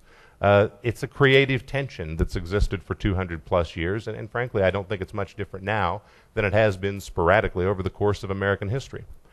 I think what is perhaps different, and perhaps it's because we live in a mass media age, I don't know, is a second source of threat to judicial independence, and that is an erosion of public confidence that the judiciary is in fact special, that it's different, or a flip side of the same coin, that it's restrained and acting within its appropriate constitutional boundaries. I will tell you, part of my job, of course, is to go out and listen to folks. That's what I do. I'm a politician and I listen to people, and if you don't do it, you don't do this job very long. I was astounded 3 years ago that as I traveled out to 47 different towns in the 15th Senate District and sat and had coffee with folks and asked them what was on their mind, the number one thing that people said to me with no prompting was not school finance, it was not the death penalty, even though those were both headline issues at the time. It was, what on earth are those people in the courts doing? And it came from people, you know, not only folks who, with due respect to Justice O'Connor, not only folks who didn't understand the system, just weren't plugged in. It came from people that knew. It came from people learned in civics. It came from people involved in government. It came from people who practiced the law. And that jolted me. It suggested that whether they're right or wrong is immaterial. The point is that all just government derives from the consent of the governed, and that includes the judicial branch of government. And if people are at a fundamental level concerned about the legitimacy of an institution which relies entirely upon public confidence for its legitimacy, it's something we ought to be talking about in forums like this and asking, does it simply require a public education effort, or does it require something else? And I don't know the answer to that. I do know that pretending it's not an issue is not a particularly healthy response in my judgment. Let me conclude with this. I think the best modern statement on this subject, that is to say, on the real risk that exists, that a judiciary which does not itself, in any aggregate, ensure that it remains not responsive to public will in a political sense, but at least constrained by public will, or is mindful, perhaps I should say, of the public perception that a court is in fact different and not simply a super legislature. The best statement on that, I think, was written by our current Chief Justice in Kansas. I'm going to read you and close with this, a couple of paragraphs from Chief Justice McFarland's dissent in the death penalty case, Kansas versus Marsh. And it's not, I don't care about the substance of the death penalty decision. That's not the point here. People for it, against it. The law allows it, doesn't allow it. The Constitution permits it, doesn't. That is immaterial. And by the way, that's now settled law thanks to a narrow decision of the U.S. Supreme Court.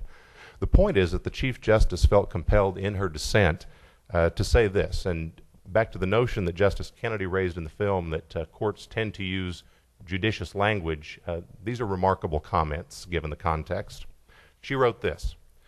She wrote, "There has been no change in relevant constitutional law as expressed by the United States Supreme Court since this same court, the Kansas Supreme Court, decided exactly the same question of law in a different case 2 years previously. The only change has been the composition of the Kansas Supreme Court, occasioned by the retirements of Justices Larson, Six, Lockett, and Abbott. While fidelity to the doctrine of stare decisis is not an inexorable command, we should be highly skeptical of reversing an earlier decision where nothing has changed except the composition of the court."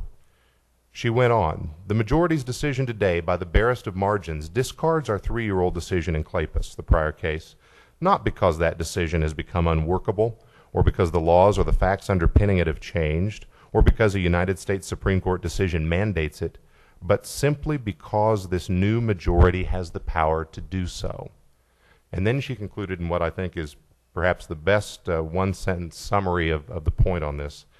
"The only currency and legitimacy this court possesses is the confidence of the public that we will decide cases based on the consistent application of the law rather than on the proclivities of individual court members."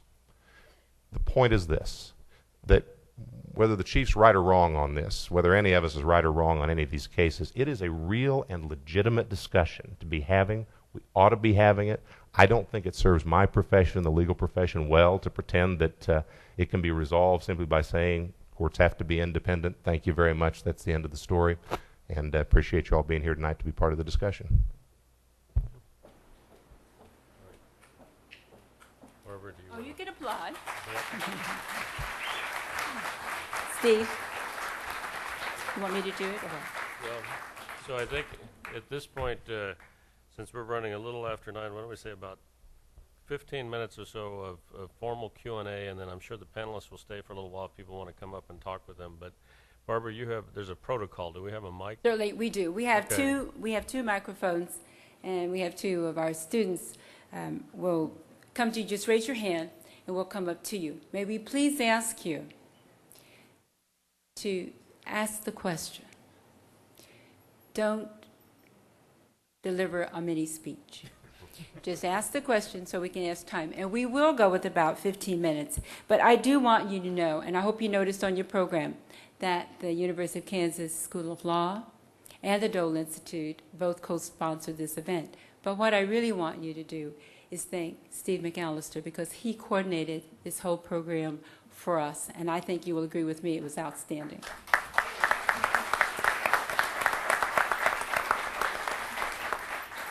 Okay. First question?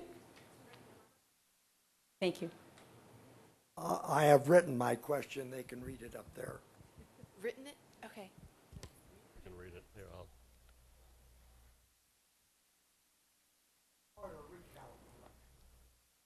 Okay, so in view of the Supreme Court's response in the Florida's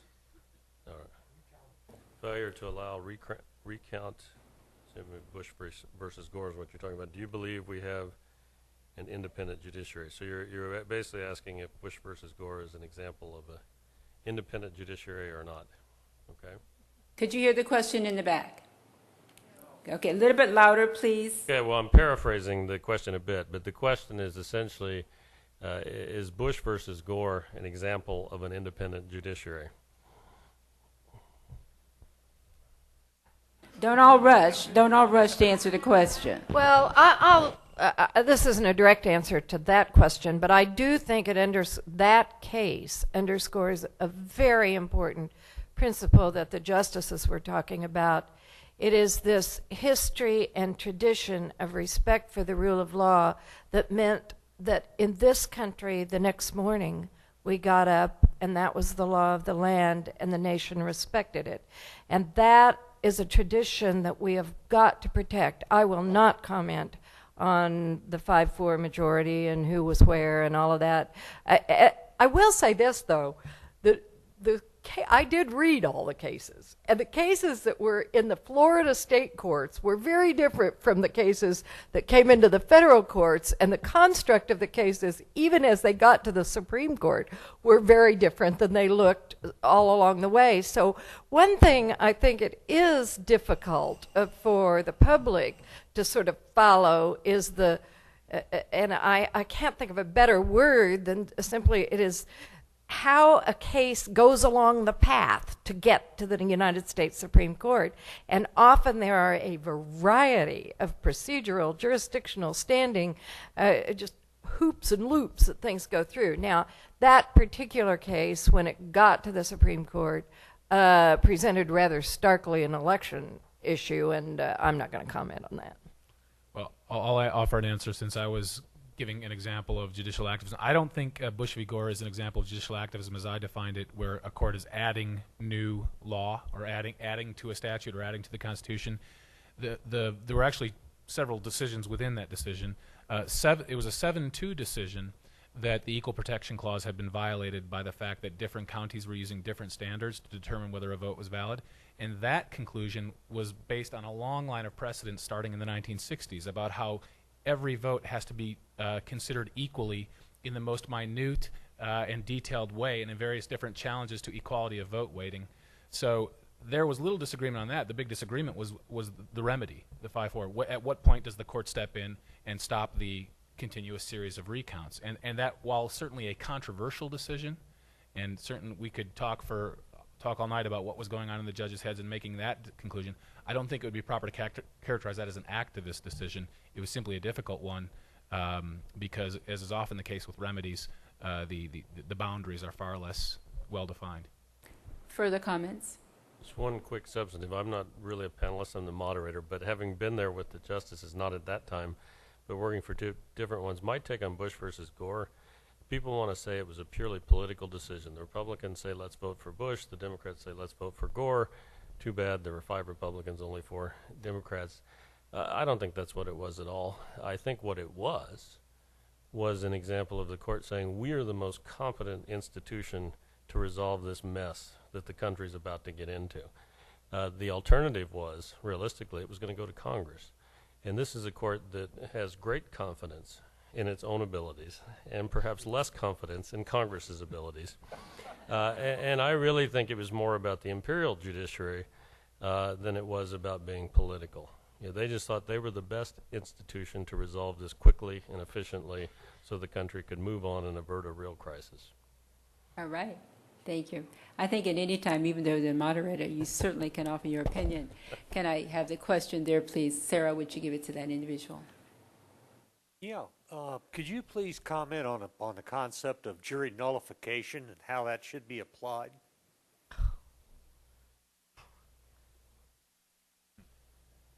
We all heard the question.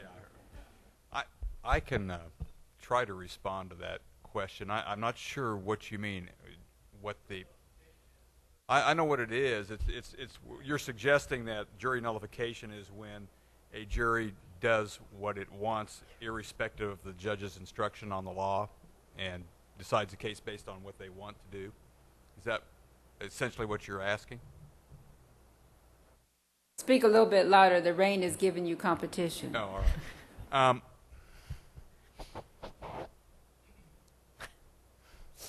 I don't know how much of a phenomenon jury. I did a lot of jury trials, and my thinking about the whole jury system is that I think it's one of the best and the safest ways to handle cases, and it has safeguards.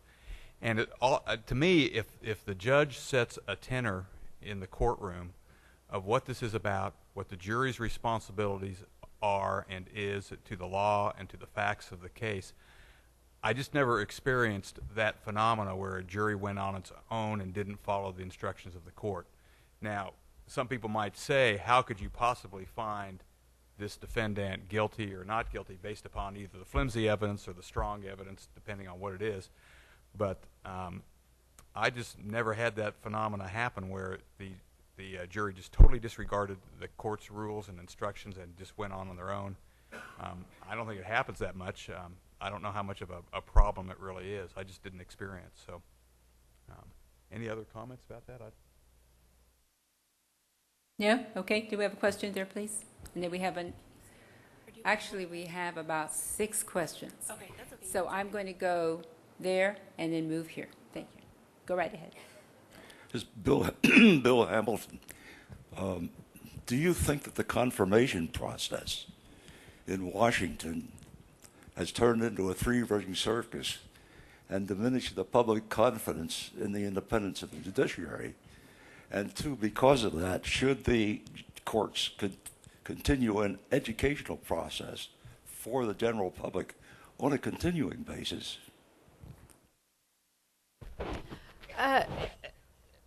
Let me say, in the 2 most recent Supreme Court confirmation hearings, I was pleasantly rewarded with the level of the debate that occurred in both of those. I thought that it was very well done.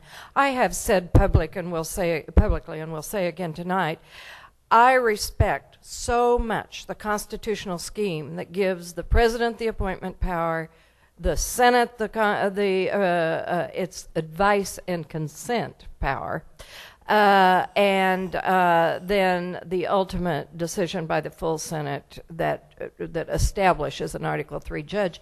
And I respect it on many grounds, the very thoughtful grounds on which the whole process was set up. But it is also on a ground that I think the public rarely sees, which is that this is true of appellate courts. Now, district courts get to do a lot more independently than appellate courts do, but as I'm sure you all know, appellate courts either sit en banc, which is the entire Supreme Court, or on my court and most courts of appeals, we sit in 3-judge panels.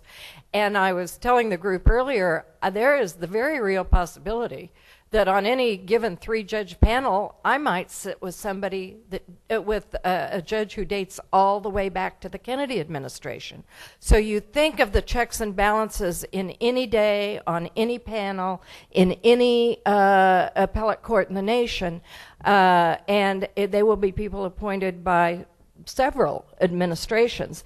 And that is an inherent check and balance in the system if you believe in, which I really don't, but if you believe any of this activist judge stuff, with all due respect. So I have great respect for that. What I do worry about is what you allude to, Bill, and that is that the tenor of some of the questioning would lead the public to think that judges make their decisions based on their personal opinions. Now, I know that those senators know they don't. These are not uninformed or ill-informed senators. They know it.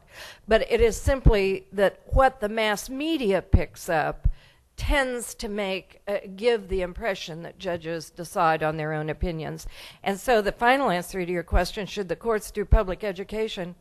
That's one reason I'm here tonight, and it's one reason I'm in the schools, and every judge in the nation that I know of is doing a great deal of public education. And let the record be clear, it's not that I think that the schools have not done their jobs. It is that there probably has not been as much focus on this in the last 3 decades as there might have been. Thank you very much. Let me just add one thing right on that. Ahead. It is in some cases it is a 3-ring circus, but it's still the best show in town. I mean, if you read, I keep referring to the Federalist Papers, but if you read Federalist 76, Hamilton offers a really eloquent defense of why this would be the best system, and he predicts very well what will happen in the system. And it has had its low points. I think the lowest point had to have been in 1987 with the Bork confirmation hearings, which were so partisan, so vitriolic. And whatever you think about Judge Bork's jurisprudence, if you've read anything he's written, which I have, he is without question one of the top legal scholars in this country, and yet he was just dragged and harangued by certain opponents. That, I think things have gotten better since then. In the last two confirmation hearings, Supreme Court confirmation hearings are evidence of that. And I think the real heroes, I mean, the custodians of the process are the senators themselves. And the heroes are those Republican senators who voted for Justice Ginsburg and those Democrat senators who voted for Justice Alito, and can give other examples, in spite of the fact that they knew this judge would be issuing opinions with which they would disagree. But they were voting purely on the judge's competence and capabilities in office. And ultimately it's the senators who will put aside their partisan feelings and look at a judge as a person and as an example of the judicial profession. Those are the ones who will keep the process clean. I thank you. I see several hands. I'm going to allow 3 more questions, if you will allow me to do that, please. And I'm going to let Karen have the next question. I know it's raining outside. If you wish to go a little bit longer, you can also let me know. But you may I'll need try a boat from the sound of Yeah, we do. We thought of everything tonight, but Judge, we did not think about a boat. Karen. Chief Justice Taha made reference to the appropriateness of international law as precedent in cases, and I was just wondering if the other panelists could comment on their opinions regarding that topic. Let the record show I express no opinion on that. Or no opinion. You just made a reference to it. Thank you. My opinion, let me talk about it from the state perspective, is that we try to follow precedent as much as possible from state cases that have been decided previous to the case that's before us, if it's on point and if the facts and the law involve the same question, and we see if it does or doesn't, how is it distinguished.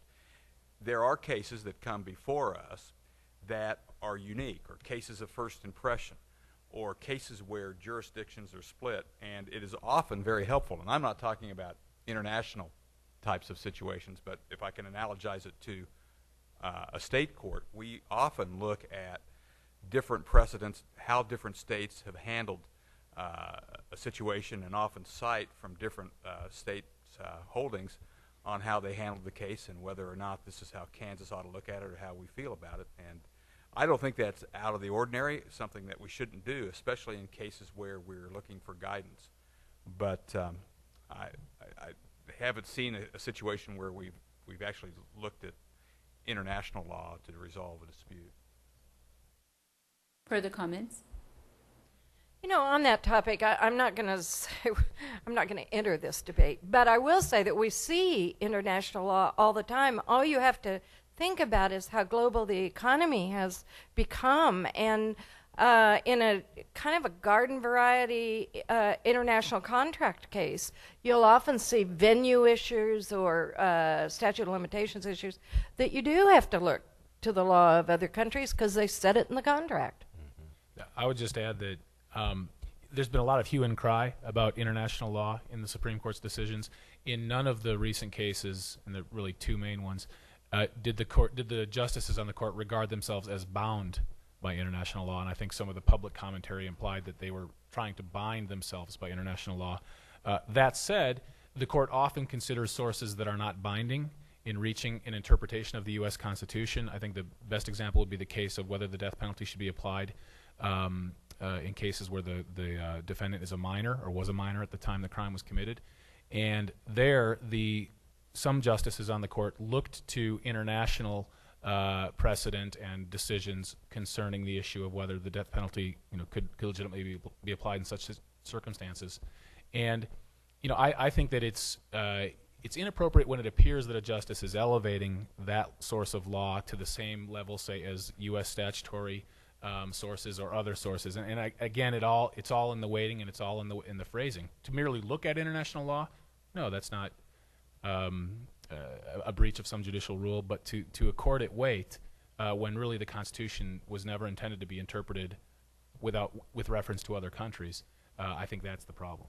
Okay, Lindsay?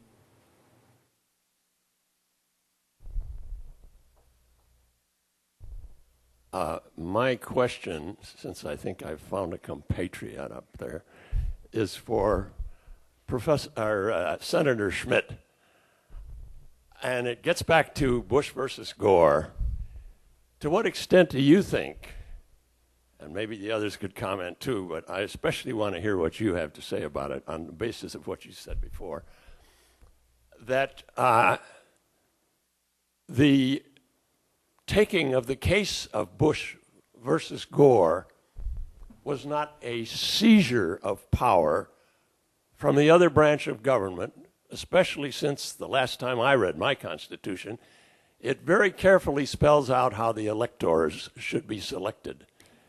And it seems to me that this body, which according to our video, was supposed to be a very deliberative body and that only accepts cases after due process through the system, et cetera. You get I'm watching the my idea, time so a I little won't make bit. a Would you give him the speech. question? Give him the question, please. That's the question. Would you comment on all that? I'd like to know how you feel about that case. Well, I will comment on it, and I don't know if I'll tell you how I feel about the case, but I'll comment on it.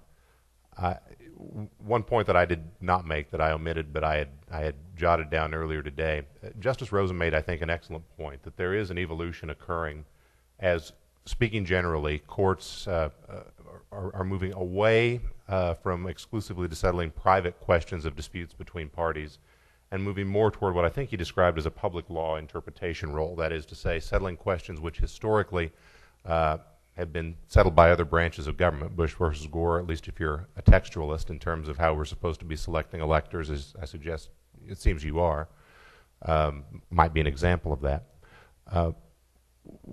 I think your question raises an excellent point, and it's this, that as that transition occurs, that evolution occurs, as more questions which traditionally have been settled by other branches of government are now settled by courts, I think it's going to be incumbent upon the judicial branch to exercise even greater restraint in deciding when it is appropriate for a question to be decided by the judicial branch. A creative lawyer, and I don't say that in any pejorative sense, I mean a good lawyer can find a way to get almost any question that is in court up. You can get almost any political question framed in a manner that it can be decided appropriately by a court on a jurisdictional ground, on a procedural ground, on a technical ground, on a constitutional ground, on a statutory ground. You can find a way to get it into a judicial forum. It's a subject we were talking about earlier at dinner time. If you're a litigant, if you're an advocate, that's part of your job if you think you're going to get a better outcome for your clients or for whatever point of view you're representing by doing so. But with respect to the balance among branches, it's going to be more important for courts to decide when to, for example, apply a political question doctrine and say this simply is not a question, notwithstanding the controversy that's been brought to us, that we can suitably respond to, or we should not respond to it because the consequences are substantial in terms of precedential value. So whether or not that applies in the case of Bush versus Gore, I'll leave to your conclusion. But I think more generally, I do believe more generally, it's an undercurrent in this whole discussion that we sometimes ignore. Just because the case got there doesn't mean the court should decide it necessarily, in my view. Okay. Do we have one last question? Here, please.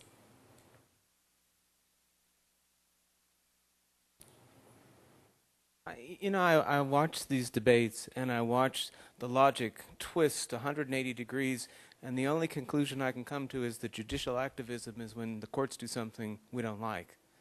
And my question to you is, do you really think that there's a crisis in the competence of the courts, or whether this is just an expansion of means by which we try to politically influence outcomes, social outcomes in our communities?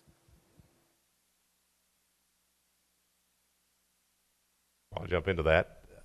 I don't think there's a crisis in competence in the courts, and I don't think I suggested there was, and I certainly hope you didn't infer that I was suggesting that there was. I do think, however, that from the framing of the United States Constitution and ultimately the framing of every state constitution that I'm familiar with, certainly including our own, there has been a fundamental question about who does what among the various branches of government. As I forget if it was Justice Breyer or Justice Kennedy made the point, at the end of the day, this really is about a bunch of good faith actors acting together to try to move to govern a country or to govern a state.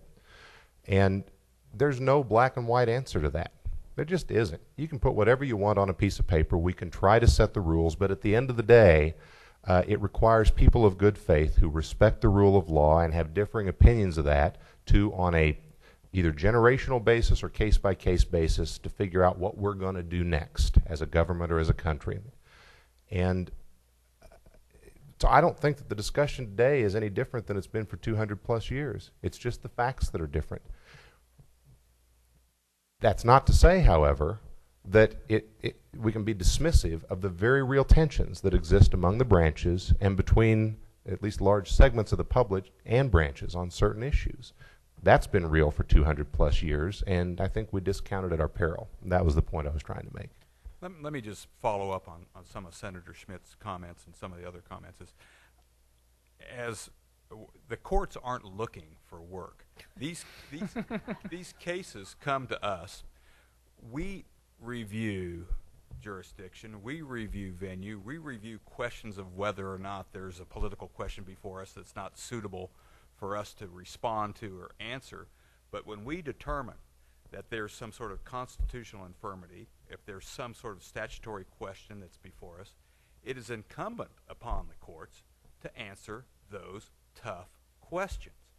And then to suggest that somehow this is overextension or overbroad and the courts are overreaching here misses the point of what function the court plays in our society and what function it plays under the Constitution. It is to resolve these disputes that are before us. And that's, as far as I'm concerned, my experience, that's what I've done. That's been my charge. And I'm proud of what I've done and what my colleagues have done and what the Supreme Court has done. I don't make any excuses for that. And I don't think there's been a case that's been decided, at least in my tenure, that's overreaching. I want to just add one point to my good friend, the senator, which is if you're following precedent, you also follow precedent on what's a political question, what's justiciable, so I think it would be the height of activism for us to decide what we should and shouldn't decide based on our own viewpoints. So we have to follow those doctrines of justiciability and political question, or we would again be untethered.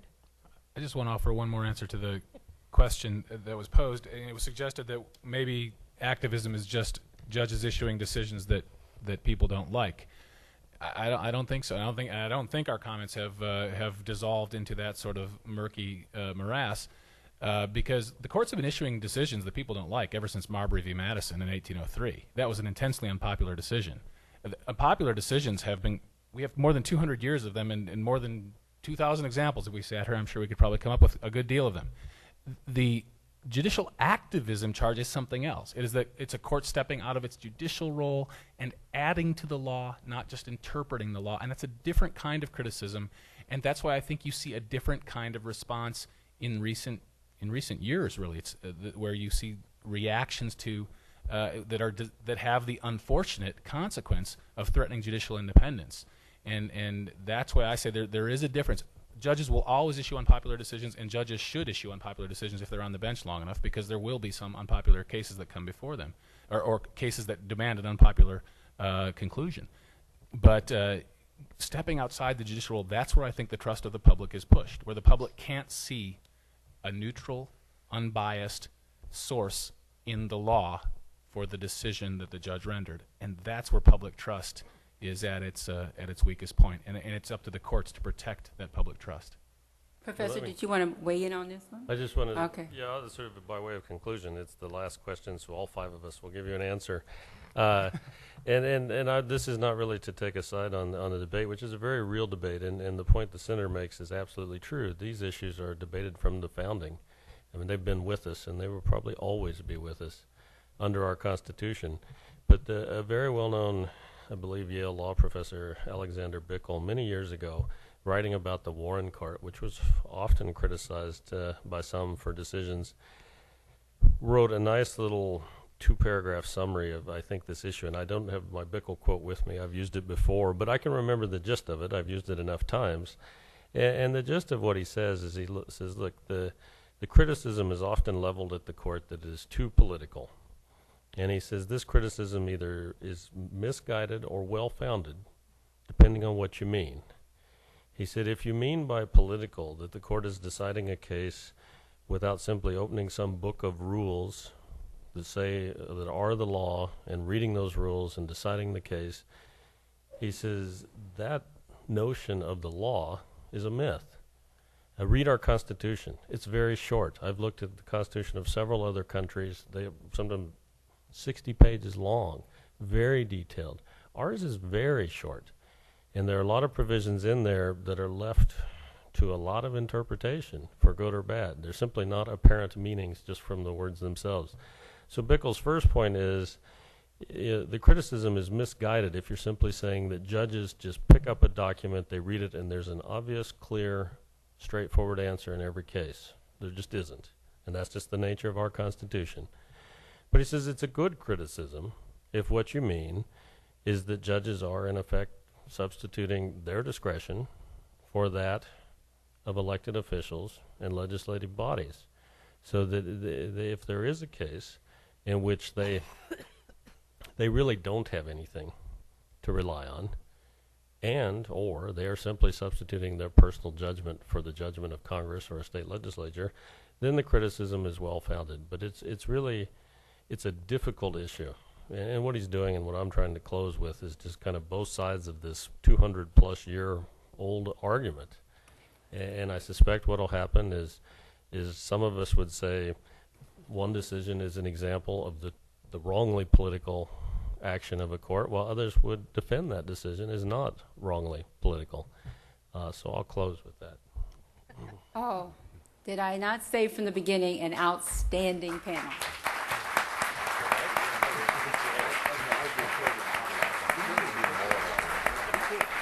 We do want to thank each one for their comments this evening, their time, and their expertise.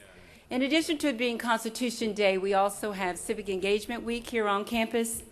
And you'll also know that next week we have a program, September 27th, with Madeleine Albright, the former Secretary of State. If you have tickets, we hope you will come. If you don't have tickets, you may show at 7:45, and there's a possibility that some people will not take their seats and you can have them. For the students that are still here, there's a breakfast the morning of the 28th. We will discuss our comments and talk about civic engagement in our media room, and if you are all invited to come from 8 to 9:15. Thank you so very, very much. Good night. Hey, how are you? It's good to see you. Used to talk, we don't talk.